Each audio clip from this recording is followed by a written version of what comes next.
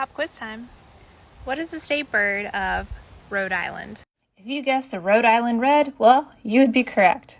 Yes, a chicken. In fact, 2 states chose a chicken as their state bird. The blue hen chicken in Delaware and this Rhode Island red. This is going to sound weird, but this particular type of chicken was invented in Rhode Island. Basically, someone took some oriental birds and an Italian bird and crossbreeded them and developed this bird. It's considered a dual-purpose breed because it's raised both for meat and for eggs. By the way, you don't want to mess with the roosters. The Rhode Island red roosters have a reputation for being the most aggressive.